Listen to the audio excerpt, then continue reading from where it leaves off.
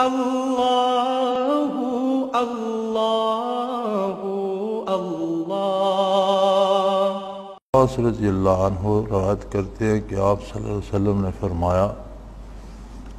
آپ کی امت میں 70,000 افراد وہ ہیں جو بغیر حساب اور بغیر عذاب کی جنت میں داخل ہوں گے۔ آپ صلی اللہ علیہ وسلم نے فرمایا، یہ وہ لوگ ہوں گے جو جھاڑ پھونک نہیں کرواتے، نہ وہ اپنے جسموں کو بیماری میں داغنے کے قائل ہیں، نہ وہ فال نکلواتے ہیں، وہ اللہ پر بھروسہ کرتے ہیں۔ حدیث پاک کا ترجمہ ہے، لیکن اس میں کچھ حروف آگے پیچھے کر دیے گئے ہیں، شاید جنہوں نے لکھی ہے انہوں نے دیکھ کر نہیں لکھی، یاد سے لکھی ہے۔ بہرحال اللہ کریم معاف فرمائے، حدیث میں یہ شرط ہوتی ہے کہ الفاظ وہی ہوں جو حضور نے فرمائے ہیں، اس لیے ترجمہ بھی اگر لکھا جائے تو انہی الفاظ کا ہو بہو ہونا چاہیے۔ درجہ بالا حدیث کی تشریح فرما دیں۔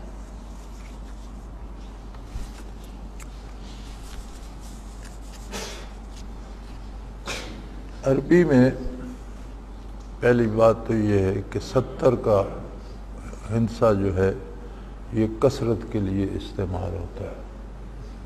یعنی جب 70 کہا جاتا ہے تو اس سے مراد گن کر 70 نہیں ہوتا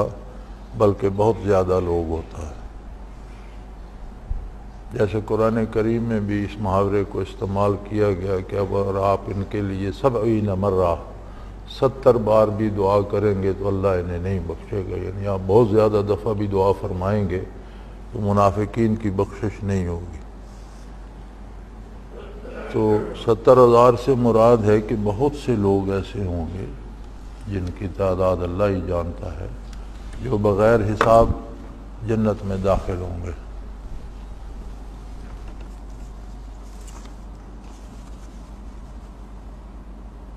تو فرمایا یہ وہ لوگ ہوں گے جو جھاڑ پھونک نہیں کرواتے، نہ اپنے جسموں کو بیماری میں داغنے کے قائل ہیں، نہ وہ فال نکلواتے،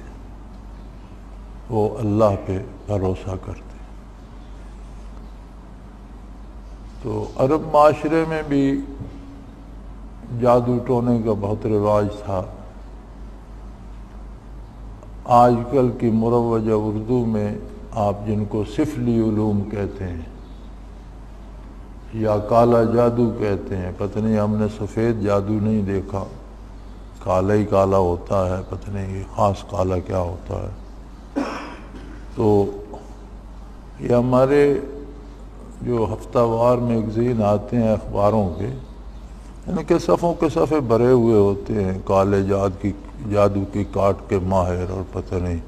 ہر خواہش پوری کروا لے اور یہ وہ۔ تو جھاڑ پھونک سے مراد یہ ہے کہ غیر شرعی طریقے سے ان شیطانی علوم سے استفادہ کرنے کی کوشش نہیں کرتے، ان پر اعتماد نہیں کرتے۔ جادو کی ایک بنیادی خصوصیت، جادو کس طرح اثر کرتا ہے، ایک بنیادی خصوصیت قرآن کریم نے ارشاد فرمائی ہے کہ بہت بڑے بڑے جادوگر جمع کیے فرعون نے۔ ہر نبی اپنے عہد کے جو کمالات ہوتے تھے لوگوں کے پاس، اس شعبے میں ہر نبی کو معجزات عطا کیے جاتے تھے۔ جب عیسیٰ علیہ السلام مبعوث ہوئے تو طب کا بہت عروج تھا اور بڑے بڑے ماہر طبیب تھے، تو انہیں ایسے معجزات عطا کیے گئے کہ وہ طبیب بھی عاجز آ گئے، مردے کو زندہ کر دینا، مٹی سے پرندہ بنا کر اس پر دم کیا اور وہ زندہ ہو کر اڑ گیا، مادرزاد اندھے کی بینائی درست ہو گئی، کوڑی اور جذام زدہ لوگ صحت مند ہو گئے، تو وہاں طب بھی عاجز آ گئی۔ اسی طرح موسیٰ علیہ السلام جب مبعوث ہوئے تو جادوگروں کا بہت زور تھا، اور فرعونیوں کی حکومت کی اصل قوت وہ جادو ہی تھا۔ انہیں ایسے معجزات عطا کیے گئے کہ جادوگر عاجز آ گئے۔ تو فرعون نے جب ان کے مقابلے میں پورے ملک سے بہت چیدہ جادوگر جمع کیے اور موسیٰ علیہ السلام کو فرمایا کہ آپ مقابلے کے لیے آ جائیں، تو تو قرآن کریم وہاں ارشاد فرماتا ہے وَاسْتَرْهَبُوهُمْ، انہوں نے لوگوں کو خوف زدہ کر دیا، مرعوب کر دیا، ڈرا دیا۔ انہوں نے جب رسیاں اور لکڑیاں اور وہ پھینکی میدان میں تو لوگوں سے کہا ہٹ جاؤ، یہ اژدھا بن جائیں گی، تمہیں کھا جائیں گی، جس کو کھا گیا وہ اپنا خود ذمہ دار ہوگا، ہم ذمہ دار نہیں ہوں گے، پیچھے پیچھے ہٹ جاؤ، یہ تمہیں لپیٹ لیں گے، یہ تمہیں مار دیں گے، یہ ہوگا۔ تو لوگوں کو پہلے ڈرا دیا، وَاسْتَرْهَبُوهُمْ وَجَاءُوا بِسِحْرٍ عَظِيمٍ، لوگوں کو ڈرا دیا اور بہت بڑا جادو کیا کہ یخیل الیہم انہا تسعی، ان کی قوت متخیلہ کو ایسا متاثر کر دیا کہ لوگ سمجھتے تھے یہ اژدہا بن گئے ہیں اور حرکت کر رہے ہیں۔ حقیقت میں رسے رسے ہی تھے، لکڑیاں لکڑیاں ہی تھیں، لیکن جادوگروں نے لوگوں کو ڈرا کر ان کی قوت یخیل الیہم، ان کی قوت متخیل کو ایسا متاثر کیا کہ انہیں وہ سانپ نظر آتے تھے اور اژدہا نظر آتے تھے۔ تو جادو کا فلسفہ یہ ہے کہ سب سے پہلے بندے پر اس کی ہیبت اور رعب طاری کیا جائے، اس کا قائل ہو جائے، اس کے اثر کا قائل ہو جائے، اس سے ڈرنے لگے۔ تو جب وہ اس سے ڈرتا ہے تو وہ شیطان اس میں اثر پذیری پیدا کرتا ہے، جس قدر شیطان سے ممکن ہو سکے وہ بندے کا نقصان کرے یا اسے ایذا پہنچائے، لیکن جو اس سے ڈرتے نہیں، اللہ پہ بھروسہ کرتے ہیں، پرواہ نہیں کرتے، ان پر جادو کا اثر بھی نہیں ہوتا۔ تو یہاں وہی فرمایا گیا ہے کہ جو لوگ جھاڑ پھونک نہیں کرواتے، جھاڑ پھونک سے مراد یہ سفلی علوم کے ماہر اور جادو کے کاٹ کے ماہر اور ہر خواہش پوری ہو جائے گی اور محبوب قدموں میں، اور یہ جو غیر شرعی طریقے رائج ہیں، جو آج کل ہماری جسے آپ بڑی مہذب سوسائٹی کہتے ہیں، اس میں سب سے زیادہ ہے، غریبوں میں پھر کم ہے۔ ہمارے ہاں تہذیب کا نشان بھی یہ ہے نا کہ کسی بہت بڑی امیر آبادی میں کسی کا گھر ہو تو وہ مہذب آدمی ہے، خواہ وہ کتنا اجڑ جاہل بے دین بدکار ہو، اسے مہذب کہا جاتا ہے۔ جو آج کل کی ہماری برائے نام مہذب معاشرہ یا سوسائٹی بنی ہوئی ہے، اس میں یہ بہت زیادہ اور بہت کثرت سے ہے، بلکہ ہمارے حکمران تک اس کے اسیر ہیں، اور بڑے بڑے وزیروں نے یہ جادو ٹونے کے ماہر رکھے ہوئے ہیں۔ آپ کے پنڈی پی سی ہوٹل میں بھی کمرے بک کرا کے وزیروں نے دیے ہوئے ہوتے ہیں، اسی طرح وزیر اعظم صدر صاحب کے پریزیڈنٹ ہاؤس پہ بھی رہتے ہیں۔ تو یہ جو اسے جھاڑ پھونک کہا گیا ہے۔ شرعی طریقے سے کوئی قرآن کریم کی آیات آخری 2 صورتیں پڑھ کے دم کر دیتا ہے، یا کوئی آیت یا کوئی صورت پڑھ کے دم کر دیتا ہے، اس سے شفا ہو جاتی ہے، تو یہ اللہ کریم کی برکت ہے اور جائز ہے۔ کوئی تعویذ لکھ کر دیتا ہے جس میں اسماء الہی یا قرآنی آیات یا کوئی ناجائز چیز نہیں ہوتی، تو ایک فقہ کا قاعدہ ہے کہ آپ قرآن کریم ختم کرواتے ہیں کہ کوئی ایک بندہ بیمار ہے، اللہ اسے صحت دے دے، مکان بنایا ہے، آپ قرآن کریم کا ختم اس میں کرواتے ہیں کہ ابتدا اللہ کے نام سے ہو، اس میں برکت ہو۔ یہاں لوگ گاڑیاں خریدتے ہیں، یہ ٹرک بسیں، تو ختم قرآن کراتے ہیں کہ اس میں برکت ہو، اللہ اس سے نفع دے۔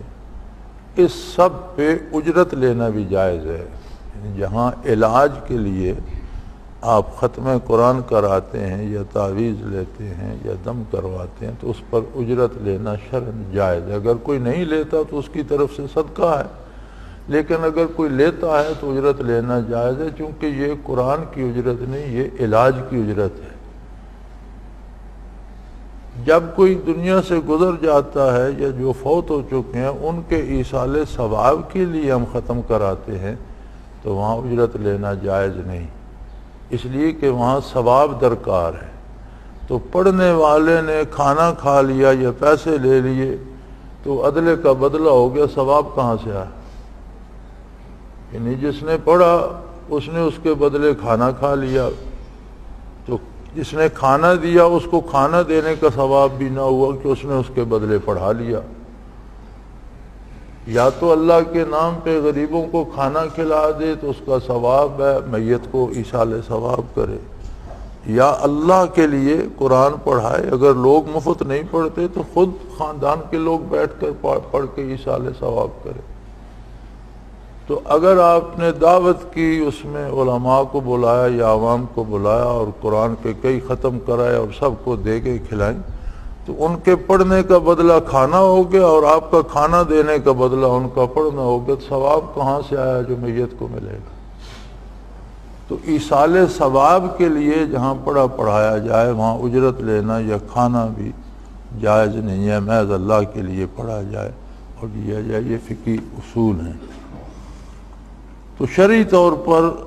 جائز قرآن کریم کی آیات پڑھ کر دم کر دینا جس سے شفا ہو جائے، تو یہ معوذتین کا نزول ہی شفا کے لیے ہوا تھا۔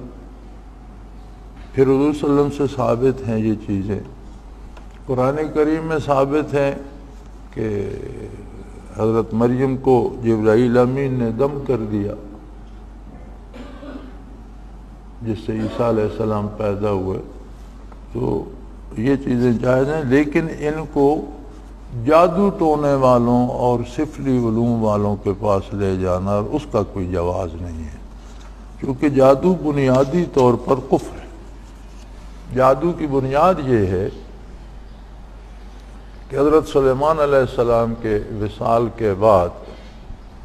شیطانوں نے ایک چال چلی کہ کچھ کفریہ کلمات لکھ کر پرانی کتابیں بنا کر ایک جگہ دفن کر دیں اور اپنے کسی پیروکار سے ان الشیاطین لیوحون الی اولیائہم، شیطان اپنے دوستوں سے باتیں کرتے ہیں، یہ تو قرآن نے کہا فرمایا۔ تو اپنے کسی جو شیطانوں کی بندگی کرنے والے تھے اسے کہا کہ فلاں جگہ کھودو، وہاں حضرت سلیمان علیہ السلام کے علوم دفن ہیں جن کی طاقت سے وہ ہر چیز پر حکومت کرتے تھے۔ تو اس بندے نے کھود کر وہ نکال لیں اور لوگوں کو جادو سکھانا شروع کر دیا، اور یہ پڑھو تو یہ ہو جائے گا، یہ کرو تو یہ ہو جائے گا۔ تو مشہور ہو گیا لوگوں میں کہ حضرت سلیمان علیہ السلام کے علوم ہیں یہ، جس کا قرآن کریم میں جواب دیا گیا کہ وَمَا كَفَرَ سُلَيْمَانُ وَلَٰكِنَّ الشَّيَاطِينَ كَفَرُوا، سلیمان علیہ السلام تو اللہ کے نبی تھے اور انہوں نے کفر نہیں کیا، یہ تو کفر شیطانوں نے کیا۔ تو شیطانوں نے کیا کفر کیا؟ شیطان پہلے بھی کافر ہیں، لیکن وہ جو جادو لوگوں کو سکھایا اسے بھی فرمایا گیا وَلَٰكِنَّ الشَّيَاطِينَ كَفَرُوا، شیطانوں نے کفر کیا۔ تو اس کی بنیاد ہی اللہ کی عظمت کے انکار پر ہے، کفر پر ہے، اور شیطان کی پوجا پاٹ پر اور شیطان کی طاقت پر اعتبار کرنے پر ہے۔ لہذا بنیادی طور پر یہ کفر ہے، اور جو بندہ ڈر جاتا ہے اس سے تو جس قدر شیطان سے ممکن ہوتا ہے اس پر وہ اسے ایذا بھی پہنچاتا ہے، اس سے تکلیف بھی ہوتی ہے۔ لیکن اگر کوئی نہیں ڈرتا، اللہ پہ بھروسہ کرتا ہے، تو کوئی جادوگر اس کا کچھ نہیں بگاڑ سکتا، جتنے ٹونے کرتا رہے کچھ نہیں ہوتا۔ تو یہ جسموں کو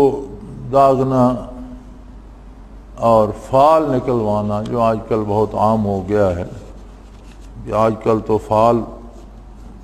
استخارے کے نام پہ بھی نکالی جاتی ہے۔ استخارے کا ایک شرعی طریقہ تھا جو حضور صلی اللہ علیہ وسلم نے فرمایا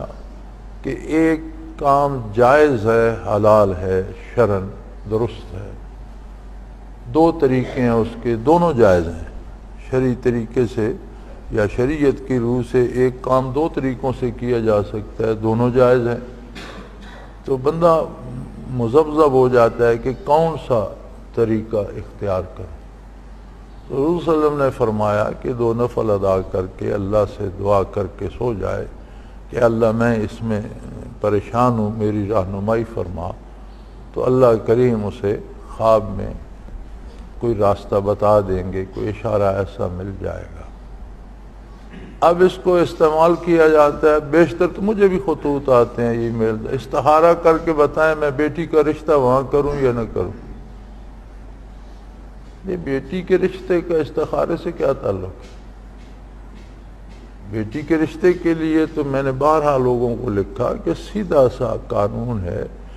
کہ سب سے پہلے جس بندے کو رشتہ دے رہے ہیں اس کا دین دیکھیں، دین کے ساتھ اس کی دنیا دیکھیں۔ دیندار ہے پھر دنیا میں کفالت کر سکتا ہے اپنی بھی اپنے بچوں کو بھی، تو اللہ پر بھروسہ کریں، آگے انجام تو اللہ کے ہاتھ میں ہے۔ تو اگر دنیاوی اعتبار سے درست نہیں ہے یا دینی اعتبار سے درست نہیں ہے تو پھر رشتہ نہ کریں۔ لیکن یہ ان لوگوں کے لیے جو خود دیندار ہوں، رشتہ دینے والے خود ہی بے دین ہوں تو پھر ان کے لیے کون سا معیار ہے اور ان کے کون سے، پھر انہوں نے یہ نجومیوں سے ہی پوچھنا ہے۔ تو اب یہ مذاق بن گیا اس طرح سے، یہ بھی ایک قسم کی فعال ہی بن گیا۔ اس زمانے میں مشرکین تو کچھ تیر رکھتے تھے اور ان پر کچھ حروف لکھ دیتے تھے اور کہتے تھے ایک اٹھا لو، پھر ہر حرف کا کوئی مطلب بنایا ہوا ہوتا تھا کہ تمہارا یہ ہو گیا تمہارا وہ ہو گیا۔ تو اب وہ اس کی شکل انہوں نے ٹی وی پہ استخارے کی کر دی، جی لوگ فون کرتے ہیں جی استخارہ کر کے بتائیں، ایک مولوی نما شخص بیٹھا ہوتا ہے، وہ وہاں سے استخارہ کام اس کا ہے، استخارہ وہ کر رہا ہے، وہ ہزاروں میل دور بیٹھا ہے، وہ امریکہ میں بیٹھا ہے، استخارے یہاں ہو رہے ہیں۔ عجیب، یعنی اسی جو فعال کا جو طریقہ تھا اس کو استخارے کا نام انہوں نے دے دیا۔ یا یہاں بیٹھی ہوتی ہیں ٹیلی ویژن پر عورتیں جن کے لباس بھی غیر شرعی ہوتے ہیں، بال کھلے ہوتے ہیں ڈائنوں کی طرح سے، پریشان کیے ہوئے بال اور منہ لال کیے ہوا جیسے ابھی کو مردار کھا کر آئی ہوں، خون ٹپک رہا ہوتا ہے لبوں سے، اور وہ بتا رہے ہوتے ہیں کہ وہ فلانا ستارہ فلاں چال چل گیا تو پورے ملک میں فلاں مہینے میں یہ ہوگا۔ لو جی، بے ستارے اللہ کریم کی مخلوق ہیں، اللہ کریم نے ان کو بھی اپنے کام پہ، ان کے کام پہ ان کی بھی ذمہ داریاں ہیں، وہ بھی چلتے ہیں، ان سے جو اثرات مرتب ہوتے ہیں ان کو ستاروں کو ان کی خبر نہیں ہوتی۔ اب سورج سے کتنے اثرات زمین پہ مرتب ہوتے ہیں، پانی خشک ہو جاتے ہیں، بادل بنتے ہیں، بھاپ بنتی ہے، کھیتیاں پکتی ہیں، پھل پکتے ہیں، لیکن سورج کو پتہ نہیں ہے کہ میری کرنوں سے زمین پر کیا کیا ہو رہا ہے۔ یہ اس مالک کو پتہ ہے جس نے سورج کو وہ توانائی دی اور جو اس کی کرنوں سے نتائج پیدا کرتا ہے، خود سورج کو پتہ نہیں ہے۔ چاند سے کتنی تبدیلیاں آتی ہیں، بلکہ سمندر میں مد و جزر چاند سے آتا ہے۔ تو ایک دفعہ سویڈن میں یہ تجربہ کیا گیا کہ سویڈن بھی ایک جزیرہ ہے اور اس کے گرد گرد سمندر ہے، تو بہت بڑی بندرگاہ تھی ان کی، تو جب سمندر میں مد و جزر آتا تو وہ ساری اس بندرگاہ کو بھی ہلا جلا دیتا۔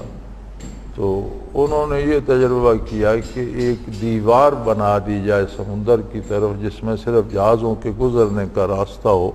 اور یہ سمندری لہریں جو ہیں یہ اس میں زیر و بم پیدا نہ کریں۔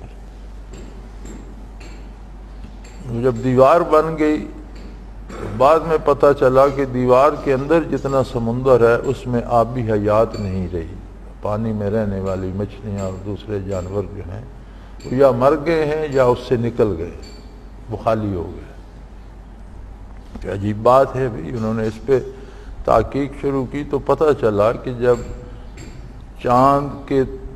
بڑھنے گھٹنے سے جب سمندر میں مد و جزر آتا ہے تو اس کا پانی الٹ پلٹ ہو جاتا ہے۔ اب نیچے جو پانی ہے اس میں آکسیجن کم ہوتی ہے کہ وہ جانور استعمال کرتے رہتے ہیں، اوپر والے میں زیادہ ہوتی ہے، جب وہ الٹ پلٹ ہوتا ہے تو سب ایک جیسا ہو جاتا ہے۔ جہاں وہ مد و جزر ہٹ گیا، پانی ساکن سا ہو گیا تو اس میں آکسیجن کی کمی پیدا ہونے لگی، تو جانور یا مر گئے یا اس دیوار سے باہر نکل گئے۔ اب کتنی حیات کا مدار ہے اس مد و جزر پر، لیکن چاند کو اس کا پتہ نہیں ہے۔ یہ اسی کو پتہ ہے جس نے چاند کو بنایا، اس کو وہ تاثیر دی، اس کے اثرات رکھے، اس سے آگے اثرات مرتب فرماتا ہے، یہ مالک کا کام ہے۔ تو یہ فالیں نکلوانا کہ جی بس یہ کرو تو وہ ہو جائے گا، اور فلاں ستارہ ادھر، ستاروں کو خود نہیں پتا کیا ہو رہا ہے۔ اللہ کریم نے بڑے بڑے ستارے بنائے اور ان کو بروج کہا قرآن کریم میں۔ بروج سے مراد ہے وہ بڑے ستارے جو زمین سے دیکھنے میں بھی بڑے لگتے ہیں، اور جن سے بعض لوگ سمت متعین کرتے ہیں، بعض لوگ راستے متعین کرتے ہیں، سمندروں میں، صحراؤں میں ان کو دیکھ کر راہیں متعین کرتے ہیں، انہیں بروج کہا گیا ہے۔ تو علامہ مرحوم نے کہا تھا کہ ستارہ میرے مقدر کی کیا خبر دے گا، ستارہ میرے مقدر کی کیا خبر دے گا کہ خود فراخی افلاک میں ہے خار و زبوں، کہ آسمانوں کی وسعت میں خود دھکے کھاتا پھرتا ہے، اسے پتہ نہیں کس لمحے اسے کہاں ہونا ہے، تو میری تقدیر کا پتہ وہ کہاں سے بتائے؟ وہ خود مجبور ہے قدرت کے نظام کے آگے، اور جہاں جہاں اللہ نے اس کے راستے متعین کر دیے ہیں وہاں چل رہا ہے۔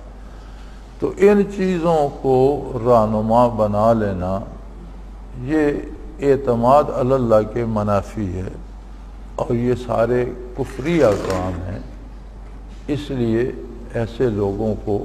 جو ان سے بچیں گے، ان چیزوں پہ اعتماد نہیں کریں گے،